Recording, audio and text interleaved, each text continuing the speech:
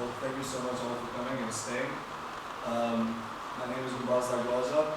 I'm presenting to you today the topic on fighting informal economy, especially informal labor, and the impact of informal labor and government budget revenues and pension contributions. Let me walk you real quick around the content. We'll have an introduction, we'll introduce the goals of the project, some background information on informality, the methodology, the results, the three approaches that we use to generate our results, and then we'll end with some discussion at the end, recommendation and conclusions.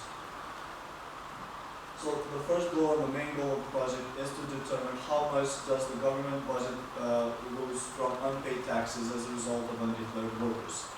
Together with that is also the pension contributions that are foregone as a result of informal labor, so undeclared workers. As a second goal, we will determine some of the main challenges and implications of the labor informality in Kosovo. So, in general, some of the main causes of informality are, first of all, poverty. This means that businesses and people who operate in poverty, they don't have the necessary means to negotiate their contract, to negotiate a formalization of their relationships. Also, this pushes businesses to cut expenses at the most in all areas, so that it seems feasible for them to avoid taxes and risk penalties in order to get that to not pay those taxes. Also, there's a wide focus on foreign direct investment among developing countries. Labor informality is a special characteristic to developing countries, but not limited to. However, these countries focus so much on FDI and attracting foreign direct investment that they forget they shift away the focus from agricultural sector, which generates most of informal labor and undeclared workers. And also the third rule is the rule of law, which means that the incapability of authorities to catch undeclared labor and to fight tax evasion. Some of the consequences of informality, these are among a lot of them actually. First of all is worker safety, and by this we mean not only health and physical safety in their work, but also job security. A worker who is not declared has no formal contract with the employer, does not know how long he will be in the company, feels less identified with the company and less productive in the company. Second is budget deficits. This is very straightforward. So all the workers who are not declared, they don't pay income taxes, personal income tax, and thus we have unpaid taxes to the authorities. Incapability to voice concerns to unions. Informality also means a very scattered group of workers, which means they cannot gather and formalize their concerns and raise their concerns for whatever they may be. Attract resources from away from the formal sector. This used to be a very popular. This was not used to be very popular before 20th century. It was believed that informal economy is a very isolated sector, meaning that it usually consists of agricultural and some street traders. But this view has changed a lot during the 20th century, because now we know that informal economy produces for the formal economy, is a consumer of the products of the formal economy, and has many other implications. This also proved the informality also provides unreliable economic indicators such as employment, average salary, and so on, which makes it difficult for policymakers to draft their policies.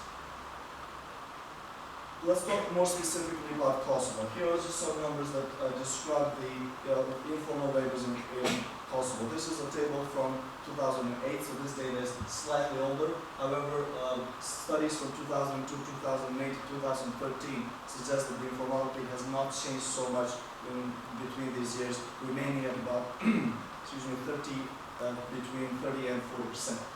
Here I would just like to point out some numbers. First of all, the total informality is deemed to be 31% with this study. The most informal workers belong to the age 15 to 24, so the youth who are less skilled and have less negotiating power to get contracts. And also, as expected, with the increasing education, the potential to be informally employed is lower. But as you see, lower secondary education is 57%, while tertiary education is only 4% informally employed. So the methodology that was used to generate these results used some of the reports from World Bank, Reinvest, the Labor Force Survey, which was carried out by the Kosovo Agency of Statistics, and the Kosovo Pension Saving Fund, Saving Trust, where we got the number of declared workers, which will help us in later analysis. The primary research result included interviews with experts from the Reinvest Institute, which, where they drafted a report to pay or not to pay, which talks about tax evasion and labor informality, and also from experts from the Kosovo Agency of Statistics, which give us a very important number for our analysis of the total active workers in country, so regardless of whether they're declared or undeclared. And the head of inspectorate of the Executive Agency of Labor Inspectorate, who are responsible for fighting and catching undeclared workers. Also, we had an interview with the Department of Employment, where people go to declare themselves as unemployed, and we see some of the profiles of these job seekers. So the first result, the first approach of our result was generated from the total number of employed people that was generated by the Labor Force Survey. A very important assumption here is made, that was also checked with experts from this agency, is that people who declare themselves as employed would do so even if they were employed in the informal sector, meaning they would have no interest to hide the fact that they work in the informal sector.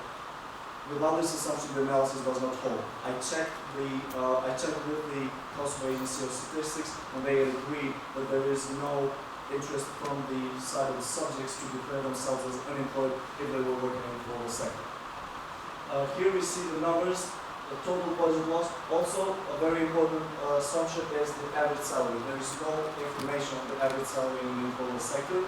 However, in the formal sector, there's about 360 euros is the average salary. The assumption here is that in the informal sector, the average salary will be lower, since informal laborers occupy positions in sectors that are less paid. So with these average salaries, hypothetical average salaries, we have between 2 and 4.6 million euros annually that the Kosovo budget loses, so from unpaid taxes.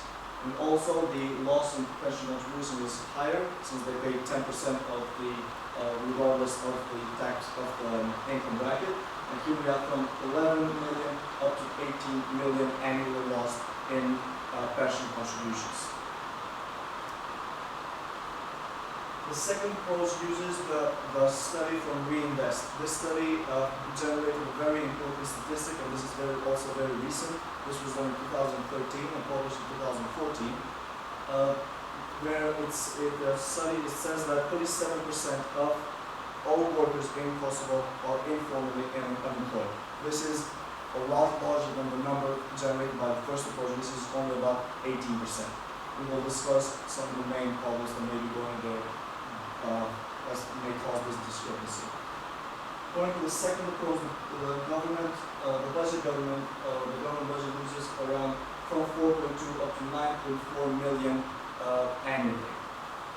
As for pension contributions, is between 22 million and 37.5 million of pension contributions foregone every year as a result of informal labor. The third approach uses some internal information from the Executive Agency of Labor Inspectorate. This is based on the number of inspections that they carried out during 2013. On all of subjects of companies, there were about 5,000 companies. 300 of them were registered, meaning they were cast as not even registered. In these companies, there were about 37,000 employees, and about 3,000 of them were caught as undeclared. This generates an even lower number of informal workers, which is at about 8.5%. So 8.5% of total workers in Kosovo are informally employed according to this study. This approach. This generates even lower numbers, from 1 million to 2.3 million, while in budget loss, while total contributions is all between 5.4 and 9.1 million euro. But what do all these numbers mean? The 37%, the 18%, the 8%, how do they compare with the region? It is very important to say that the southeastern region has an informality of labor at about 25%. Also, countries like Greece and Ireland have labor informality at about 1/3, or 30-something percent. So, and even developed countries like Austria have informal labor at 20%. However, this is rather exception rather than the rule, because usually developed countries have lower levels of labor informality. So why the large discrepancy between the results of our three approaches? The first option is that people who declare themselves unemployed, they are actually employed. This would increase the number of employed people, which means would decrease the number of informal informal workers. In our discussion with the Kosovo Agency of Statistics, they said that there's a tendency of people surveyed to declare themselves as unemployed in order to, with the hope that they will get some help. The KAS agents were made sure that they would explain that this is only for statistical purposes. However, this may be one potential where subjects declare themselves as unemployed with the idea that they may get some help, some aid of some sort. And the other assumption, we may question our basic assumption that they would declare themselves working even if they were in the informal sector. That is one option that may potentially damage our results. Potential deficiencies in collecting data and insufficient capacities. This has to do with the Reinvest Institute report. Mainly, it's got to do with the skills of their agents to carry out the survey, how reliable was the survey, was the sample collected correctly, and so on. And other motives and biasness, this has to do, again, when we talked with the labor inspector, the executive there told us that reports from institutes such as Reinvest constantly produce worse indicators than they actually are in order to get projects and fund these projects.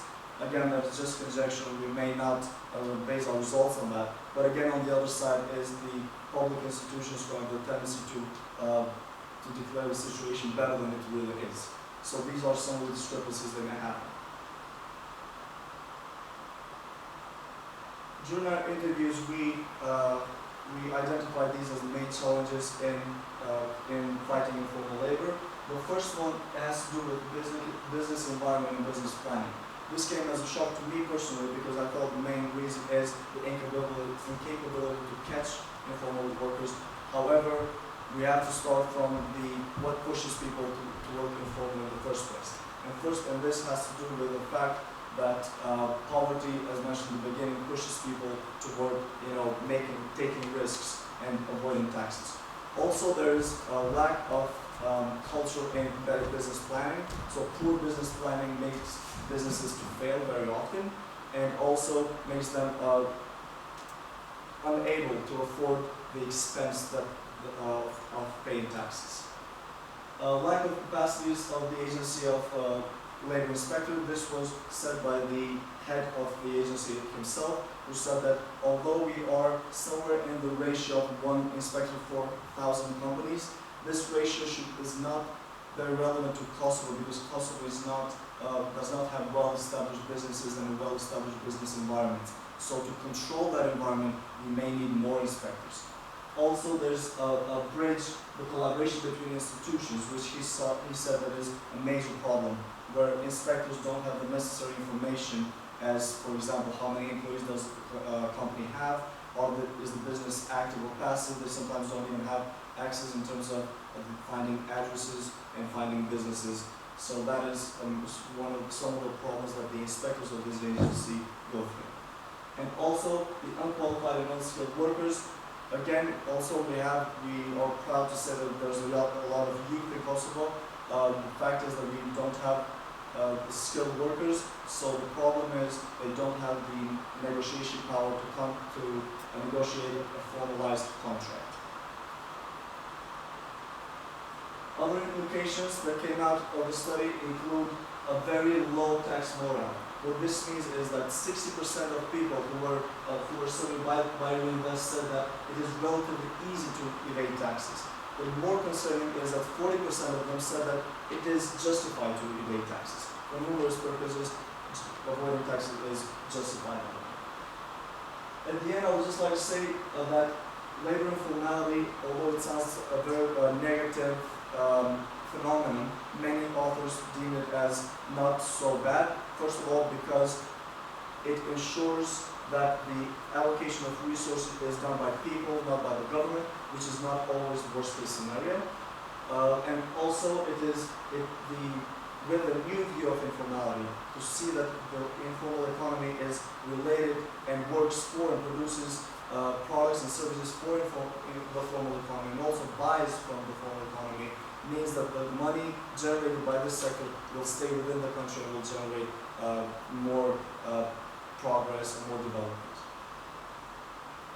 The number one business barrier that was deemed as unfair competition derived from tax evasion, and this is also an implication that I think the government has to deal with, meaning that businesses deem the main problem, the main barrier for them is that they don't unfair competition. Their competition evades taxes, they are pushed to evade taxes, and this is one of the main barriers, which pushes people towards the informal economy.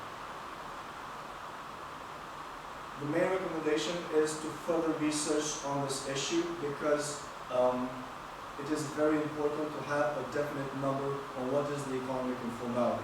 This will greatly impact policy drafting and policy implementation if we know how many people do we have in the informal sector if we are really serious about fighting it. Increased capacities of the Agency of Labor Inspectors is one way to do it. This was deemed necessary by the executive of this agency himself, who said that they don't have the necessary capacities to fight informal labor. And also, in a greater picture, is the idea of improving the environment of business planning in Kosovo. This is either by providing workshops and trainings to entrepreneurs, which happens at some level by organizations such as USAID and GIZ. However, there should be a further development in this sector to make sure that businesses have the know-how for business planning. And this was my presentation. If you enjoyed it, if you have any questions, I'm open to answer.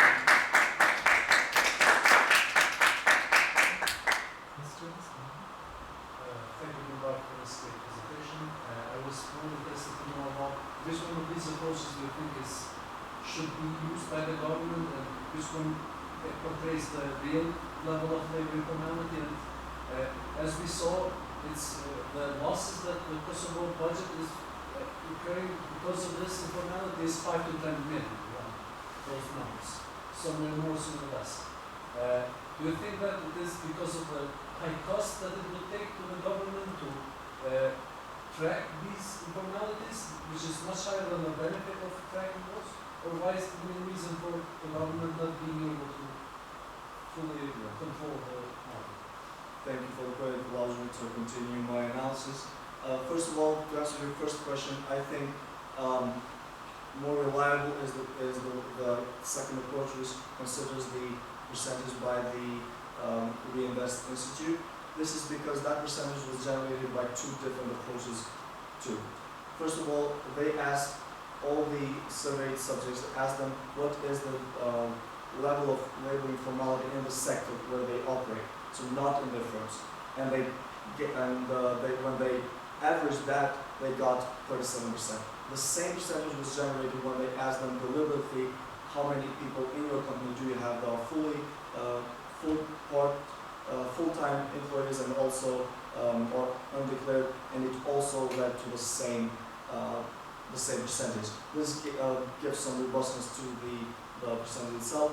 However, it is very difficult to say that the first approach is not correct.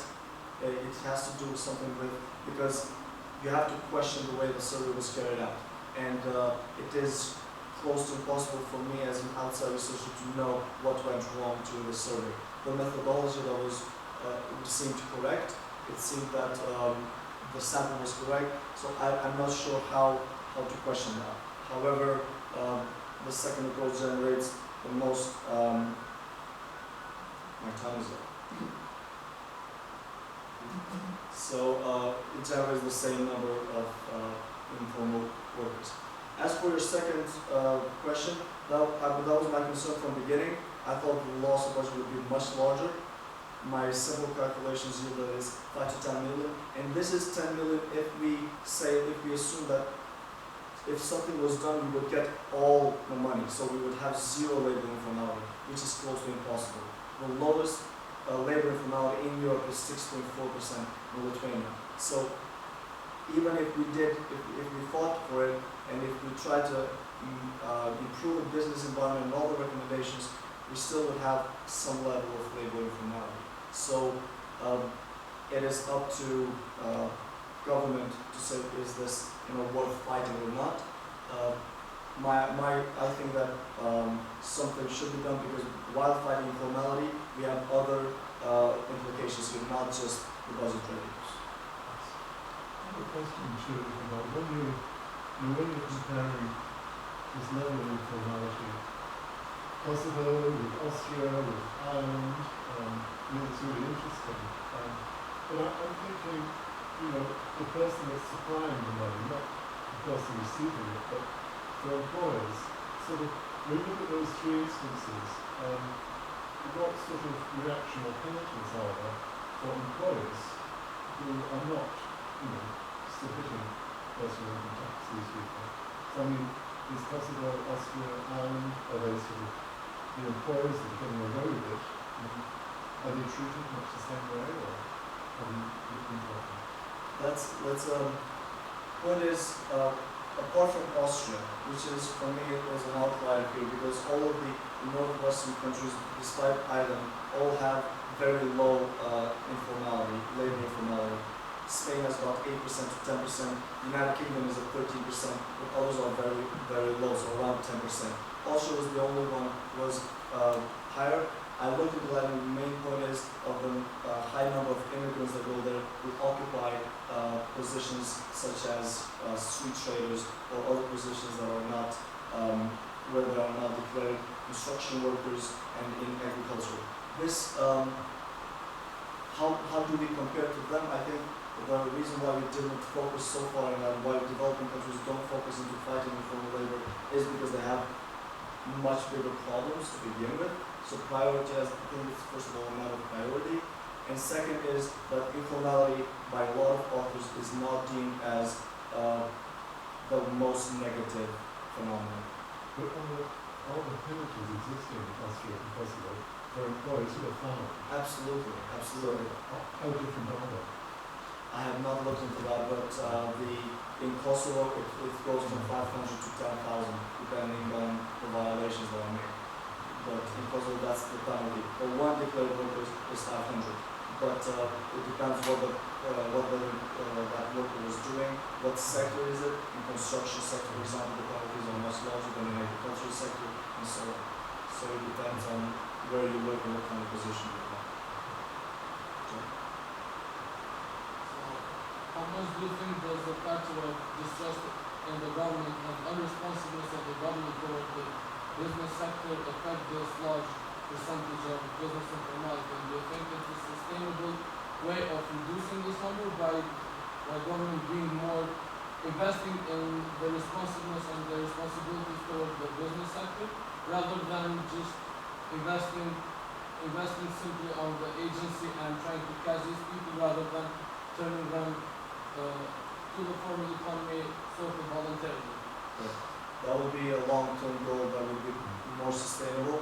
I must say that that specifically is indicated by the 40% of workers who thought that this is justifiable, that evading tax is justified, is because they don't feel they are getting enough from the government.